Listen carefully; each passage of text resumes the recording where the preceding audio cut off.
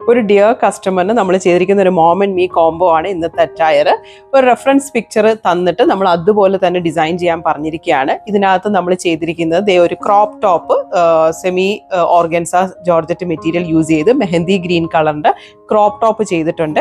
നല്ല double flare skirt ചെയ്തിട്ടുണ്ട്. സ്കേർട്ടിനകത്ത് hakoba floral border നമ്മൾ കൊടുത്തിട്ടുണ്ട്.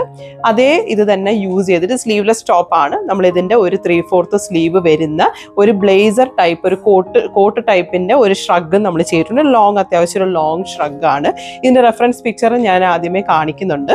ഇത് മോമിന് വേണ്ടിയിട്ടാണ്. ഇനി മോനുണ്ട്, ചെറിയ ബേബിയാണ്. ബേബിക്ക് നമ്മൾ ചെയ്തിരിക്കുന്ന ഒരു കുഞ്ഞു ജുബ്ബ നമ്മൾ ചെയ്തിട്ടുണ്ട്.